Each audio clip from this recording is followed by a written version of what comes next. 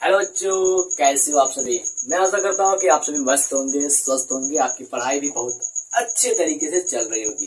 तो प्यारे बच्चों, आज की इस क्लास में मैं आपको पढ़ाने वाला हूँ बायोलॉजी कक्षा 12 के अध्याय 1 पुष्टि पादप में लैंगिक जनन, जिसको हम कहते हैं sexual reproduction in flowering plant.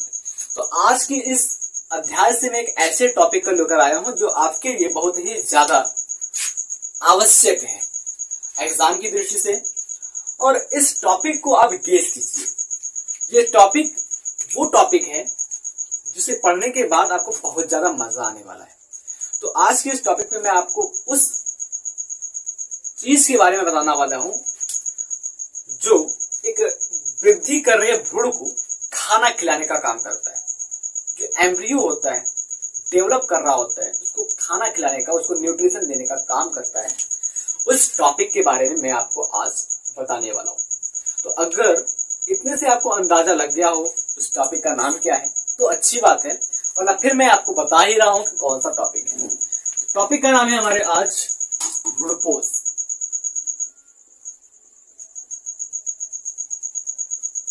भ्रूणपोष, जिसको इंग्लिश में करते हैं हम एंडोस्पर्म। एंडोस्पर्म, भ्रूणपोष क्या होता है, कैसे बनता है, कितने प्रकार का होता है, इन सभी के बारे में मैं आपको बारी बारी से बताऊंगा। और साथ में मैं आपको इस क्लास का पीडीएफ नोट्स भी डिस्क्रिप्शन बॉक्स में दे दूंगा। आप वहां से जाकर के उसको ओपन करिएगा और फटाफट से अपने कॉपी पर नोट डाउन कर लीजिएगा। इसके पहले की जितनी भी क्लासेस है वो इसी यूट्यूब चैनल के प्लेलिस्ट में मिल जाएंगी। कक्षा 12 नाम का एक प्लेलिस्ट बना हुआ है, वहां पर सबको आपको मिल जाएगी। ठीक है, कक्षा 12 जीव विज्ञान 2022-23 नाम का एक प्लेलिस्ट बना हुआ है, वहां पर आपको एक के बाद एक क्लासेस मिल जाएंगी। चलिए आज इस क्लास को हम शुरू करते हैं और जानते हैं कि भ्रूणपोष होता क्या है। देखो, भ्रूणपोष जो होता है, जो एंडोस्पर्म होता है, वो एक प्रकार का ऊतक होता है, एक प्रकार का टिश्यू होता है। अब वो किस प्रकार का टिश्यू होता है, बात ये आती है। तो अगर बात करते हैं तो ये टिश्यू एक होता है भोजन को अपने अंदर रखने वाला, जो खाद्य पदार्थ होते हैं उसको अपने अंदर संग्रहित करने वाला ये टिश्यू होता है। किसके लिए ये भोजन को संग्रहित करता है, इसकी अगर बात करते हैं तो जो बीज होता है, एक सीड जो होता है, उसके लिए वो भोजन को संग्रहित करके रखता है। इसका निर्माण कैसे होता है, तो इसका निर्माण दोहरा निषेचन के फलस्वरूप होता है, यानी कि डबल निषेचन, इसको हम द्विनिषेचन के नाम से जानते हैं। उसके बाद भी इसका निर्माण होता है। चलिए अगर हम बात करते हैं एक एक पॉइंट को लिखने की, तो किस प्रकार से आप अपने एग्जाम में लिखेंगे उसकी बात करते हैं। तो सबसे पहला हमारा पॉइंट हो जाएगा कि भ्रूणपोष बीज के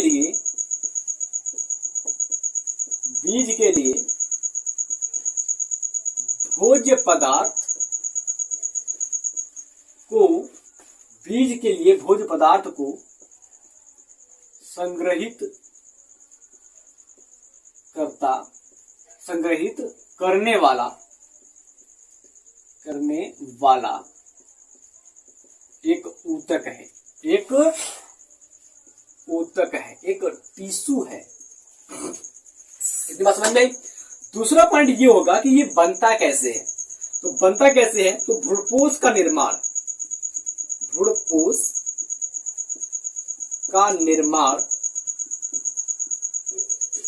दोहरा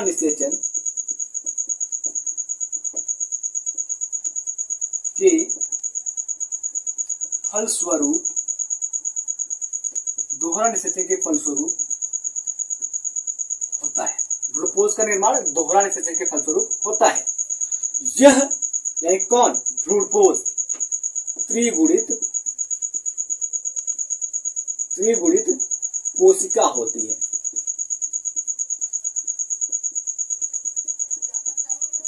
यही बात आई समझ में। अगर इस दूसरे पॉइंट को, जो कि दोहरा निषेचन के फलस्वरूप भ्रूणपोष बनता है, तो आप कहेंगे सर जी दोहरा निषेचन के फलस्वरूप भ्रूणपोष कैसे बनता है। हाँ बेटा, दोहरा निषेचन के फलस्वरूप ही भ्रूण बनता है। दोहरा निषेचन की प्रक्रिया में ही भ्रूण और भ्रूणपोष दोनों का विकास होता है। ठीक है, जिसको हमने लास्ट क्लास में पढ़ाया था। तो अगर आप चाहें तो उस लास्ट क्लास को देख सकते हैं। ठीक, उसका भी लिंक मैं आपको डिस्क्रिप्शन बॉक्स में दे दूंगा।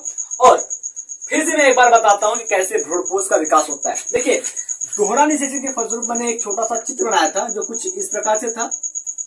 इसका नाम फटाक से आप गेस कीजिए, बताइए।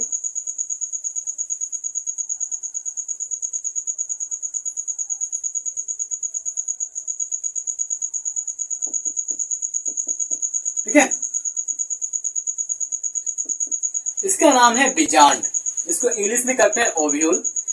इधर साइड को हम करते हैं निभाग यानी कि कैलाजा, इधर साइड को करते हैं हम बीजांड द्वार यानी कि माइक्रोपाइल, और बीच में जो है उसको हम कहते हैं केंद्रक। ठीक है, तो यहाँ पर जो कोशिकाएं होती है उन कोशिकाओं के नाम मैं बता दूं आपको। तो इधर किनारे किनारे की जो 2 कोशिकाएं हैं बीजांड द्वार की ओर, इसको हम सहायक कोशिका कहते हैं। ये बीच में जो कोशिका है इसको हम कहते हैं अंड कोशिका। ये इधर एकदम बीजांड के बीच यानी कि ओव्यूल के मध्य में जो केंद्र कोशिका है इसको हम कहते हैं द्वितीयक केंद्रक। निभाग की ओर जो कोशिका है इसको कहते हैं प्रतिमुख कोशिका। अभी क्या होता है, जब परागकण पुष्प के वर्तिकाग्र पर पहुंचता है तो उसमें जर्मिनेशन होता है, अनुकूरण होता है, परागकण का अनुकूरण होता है। जब परागकण का अनुकूरण होता है तो एक पराग नलिका बनती है। क्या बनती है? पराग नलिका, जिसको हम कहते हैं पॉलन ट्यूब। जब ये पॉलन ट्यूब बनता है बेटा, तो इस पॉलन ट्यूब में परागकण का जो केंद्रक होता है वो उतर आता है। एक नहीं बल्कि 2 केंद्रक उतर आता है।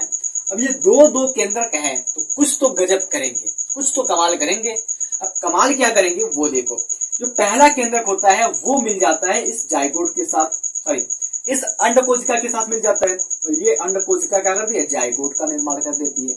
और दूसरा केंद्र जो होता है वो मिल जाता है इस द्वितीयक केंद्र के साथ, जो कि एक भ्रूण पोष का निर्माण कर देती है। ठीक है, समझ में आई बात? अब चलिए हम इसको लिख करके दिखाते हैं तो कैसे होता है। देखिए 2 नर युग्मक है, ठीक है, 2 नर युग्मक हैं, दोनों नर युग्मक अलग अलग जगहों पर मिले हैं। ठीक है, तो फर्स्ट मेल गैमेट क्या होगा? पहला नर युग्मक यानी कि first male gamete. First male gamete क्या हुआ? जिसको हम कहते हैं pollen nucleus. First pollen nucleus क्या किया? वो मिल गया एक सेल के साथ। जैसा कि अभी आपने देखा, एक सेल कहां पाया जाता है? ओव्यूल में पाया जाता है ना। अब ये एक सेल के साथ मिला, अब ये क्या बनाएगा? बनाएगा जाइगोट। और ये जाइगोट क्या करता है? थोड़ा सा रेस्टिंग पीरियड में जाता है, फिर इसमें क्या होता है? डिवीजन शुरू होता है, यानी कि विभाजन, जिसको कहते हैं विदलन, ये शुरू होता है। इसके बाद ये जाइगोट आगे चल करके एक एम्ब्रियो यानी कि भ्रूण के रूप में बदल जाता है। इतना समझ में आया? ये पहला मेल गैमेट का काम है, पहले मेल गैमेट का कमाल जादू है। दूसरे मेल गैमेट की जादू क्या होती है?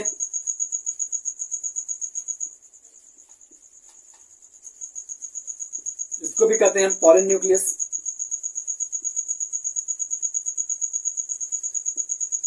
दूसरे मेल गैमेट की जादू क्या होती है? दूसरे मेल गैमेट की जादू ये होती है कि ये जो मेल गैमेट है, ये जो पॉलन न्यूक्लियस, जिसको हिंदी में कहते हैं पराग केंद्र, ये मिलता है हमारे सेकेंडरी न्यूक्लियस के साथ, द्वितीयक केंद्र के साथ मिलता है।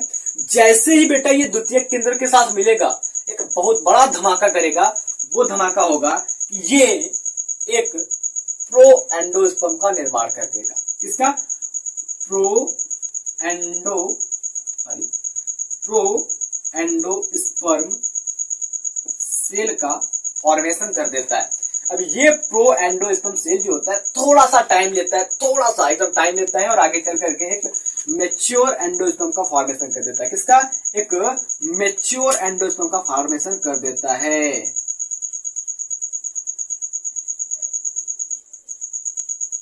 मैच्योर एंडोस्पर्म का फॉर्मेशन कर देता है। तो मैं समझता हूं कि आपको ये चीज समझ में आ गई होगी।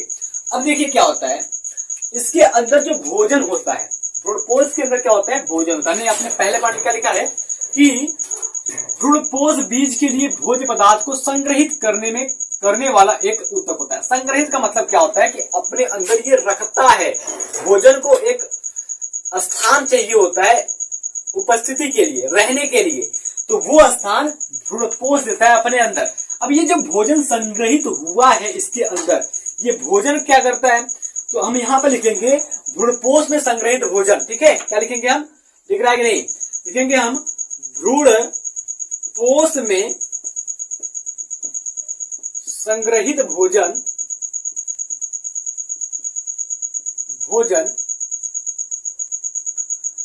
बीज के अंकुरण के समय काम आता है। भ्रूणपोष में संग्रहित भोजन जो होता है वो कब काम आता है? जब एक बीज होता है, मान लीजिए ये कोई सीड है, ठीक है, ये कोई बीज है, और जब ये बीज में क्या होता है, अंकुरण निकलता है। इस प्रकार से क्या निकलता है? अगर इस बीज में जब इस प्रकार से अंकुरण निकलता है, जर्मिनेशन होता है, तो उस समय क्या करता है, जो भ्रूणपोष होता है उसमें जो भोजन उपस्थित होता है वो यहाँ पर काम आता है। मैं आशा करता हूँ कि ये पॉइंट आपको अच्छे से समझ में आ गई होगी। तो आगे की बात करते हैं। तो आगे हम अगर बात करें तो आगे की पॉइंट जो होगी वो होगी भ्रूणपोष के प्रकार, यानी कि टाइप्स ऑफ एंडोस्पर्म। एंडोस्पर्म कितने प्रकार का होता है इसको हम जानेंगे। बने रहिए आप हमारे साथ। अगर बेटा हम टाइप्स ऑफ एंडोस्पर्म की बात करते हैं तो हमारे पास मेनली 3 टाइप्स ऑफ एंडोस्पर्म होते हैं। मुख्य रूप से 3 प्रकार के एंडोस्पर्म होते हैं। फर्स्ट ऑफ ऑल मैं बता दूं, यहाँ पर मैंने तीनों एंडोस्पर्म का फिगर बनाकर रखा है, जिसको मैं समझाऊंगा और इसके बारे में मैं आपको नोट्स दूंगा और उस नोट से आप लिखिएगा, ताकि अगर मैं यहाँ पर लिखने लगा एक एक पॉइंट को तो भाई बहुत ज्यादा टाइम जाने वाला है और आपको वीडियो देखने में थोड़ा सा अनकंफर्टेबल महसूस होगा और आप ऊब जाएंगे। तो मैं लिखूंगा नहीं बल्कि मैं इसको डिस्क्राइब करूंगा और इसका नोट्स में आपको पीडीएफ के फॉर्म में दूंगा, तो वहां पे आप आराम से लिख लेंगे। चलिए, अब अगर हम बात करते हैं भ्रूणपोष के प्रकार की, तो मेनली 3 प्रकार के भ्रूणपोष होते हैं। तो कौन कौन सा होता है? तो पहला भ्रूणपोष होता है हमारा केंद्रीय भ्रूणपोष, ठीक है, केंद्रीय भ्रूणपोष, जिसको हम कहते हैं न्यूक्लियर एंडोस्पर्म।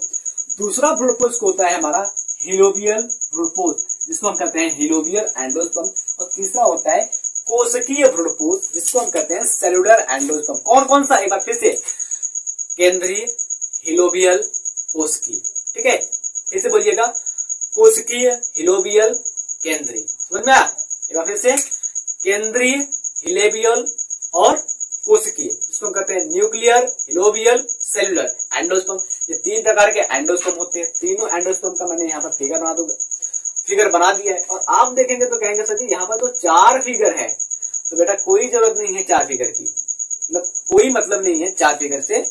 आप केवल ध्यान रखिएगा कि 3 प्रकार के एंडोस्पर्म होते हैं और ये फिगर और ये फिगर दोनों एक ही के अंतर्गत आते हैं। ये फिगर और ये फिगर दोनों अलग है। चलिए, तो अगर हम बात करते हैं भ्रूणपोष के प्रकार की, मैं लिख देता हूं थोड़ा सा, भ्रूणपोष के प्रकार। भ्रूणपोष के अगर हम प्रकार की बात करते हैं, टाइप्स ऑफ एंडोस्पर्म की बात करते हैं, तो there are 3 types of endosperm, ठीक है। फर्स्ट वन इज द केंद्रीय भ्रूणपोष, केंद्रीय भ्रूणपोष, जिसको हम कहते हैं nuclear endosperm, nuclear endosperm. Second, दूसरा जो होता है वो होता है हमारा हिलोबियल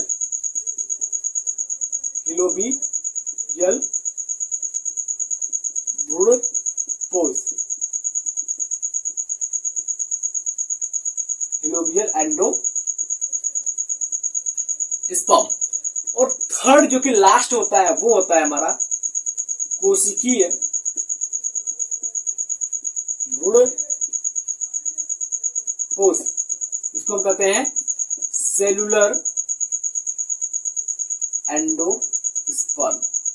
अब अगर बेटा बारी बारी से मैं बात करता हूं कि हमारा केंद्रीय भ्रूणपोष क्या होता है, हिलोबियल क्या होता है, सेलुलर क्या होता है, यानी कि कोशिकीय क्या होता है, तो फर्स्ट ऑफ ऑल अगर मैं बात करता हूं, ये फिगर नंबर 1 जो है ये हमारा है केंद्रीय भ्रूणपोष का, केंद्रीय भ्रूणपोष का। इसमें क्या होता है कि ये एक ऐसा भ्रूणपोष होता है जिसमें केंद्रक क्या होता है, कई बार विभाजित होता है, ठीक है। एक केंद्रक होगा और वो केंद्रक कई बार विभाजित होगा, और विभाजित होने के बाद परिधि यानी कि किनारे पर वो एक माला की तरह लग जाता है, एक परिधि पर वो विन्यासित हो जाता है। विन्यासित होने के बाद क्या होता है कि बीच में एक खाली स्थान बच जाता है, उस खाली स्थान को हम कहते हैं सेंट्रल वैक्यूल, जिसको हम कहते हैं केंद्रीय रिक्तिका। केंद्रीय रिक्तिका, ठीक है, केंद्रीय रिक्तिका कहते हैं। लेकिन कुछ समय बाद ये क्या होता है कि ये इतना ज्यादा इसमें केंद्र का डिवीजन हो जाता है, केंद्र विभाजित हो जाता है कि ये जो सेंट्रल वैक्यूल होता है वो गायब हो जाता है। यहाँ पर कोशिका और कुछ तरल पदार्थ भर जाते हैं, ठीक है। और इस प्रकार का जो हमारा एंडोस्पर्म होता है वो पाया जाता है पॉलीपेप्टाइली वर्ग में। पॉलीपेप्टाइली वर्ग में इसका एग्जाम्पल होता है कैप्सुला बर्सा पेस्टेरिस। तो सबसे पहले कैप्सुला बर्सा पेस्टेरिस में ही इस प्रकार का एंडोस्पर्म देखा गया था। आगे अगर हम बात करते हैं दूसरे की, तो दूसरा यानी कि फिगर नंबर ए और फिगर नंबर बी, ये दोनों जो है वो हमारा है हिलोबियल भ्रूणपोष, ठीक है। याद करना, figure number A, figure number B, ठीक है, दोनों क्या है हमारा हिलोबियल भ्रूणपोष, हिलोबियल एंडोस्पर्म होता है। इसमें क्या होता है कि जब भी केंद्रक का विभाजन होगा, जब भी केंद्रक का विभाजन होगा इसमें, तो केंद्रक के विभाजन के बाद कोशिका भी बन जाएगी। जब भी केंद्र का विभाजन होगा जस्ट उसके बाद यहाँ पर कोशिका भी बन जाएगी। आप देख सकते हैं जितनी केंद्रक है उतना ही कोशिका है, ठीक है। लेकिन यहाँ पर क्या हुआ है, केवल और केवल केंद्रक बटा है, कोशिका नहीं बनी हुई है। और यहाँ पर क्या हुआ, केंद्रक भी बना और कोशिका भी बन गई। इस प्रकार का जो भ्रूणपोष होता है वो हमारा एक परिपक्व भ्रूणपोष माना जाता है। उसके बाद अगर हम बात करते हैं तीसरे नंबर पर, तो तीसरे नंबर पर हमारा कोशिकीय भ्रूणपोष होता है। कोशिकीय भ्रूणपोष में क्या होता है कि एक बार कोशिका का विभाजन हो गया, दोबारा कोशिका का विभाजन नहीं होना है, केवल और केवल केंद्रक का विभाजन होता है। देखिए यहाँ पर एक केंद्रक है, इस केंद्रक का भी विभाजन हुआ, एक कोशिका से, एक केंद्र से दो केंद्रक बना, एक कोशिका है, इस कोशिका में भी विभाजन हुआ। और एक बार विभाजन होने से, देखिए यहाँ पर एक बार विभाजन होने से दो कोशिका बनी, फिर कोशिका की संख्या तो दो ही रह गई, कोशिका की संख्या दो ही हो गई। लेकिन इसमें क्या होता है, केंद्रक विभाजित होते होते होते होते एक परिपक्व भ्रूणपोष का निर्माण कर लेता है। तो मैं आशा करता हूं कि आज की जो क्लास होगी वो आपको अच्छे से समझ में आ गई होगी। मिलते हैं आपसे अगले क्लास में, तब तक के लिए जय हिंद, जय भारत। इस क्लास का नोट PDF आपको डिस्क्रिप्शन बॉक्स में मिल जाएगा।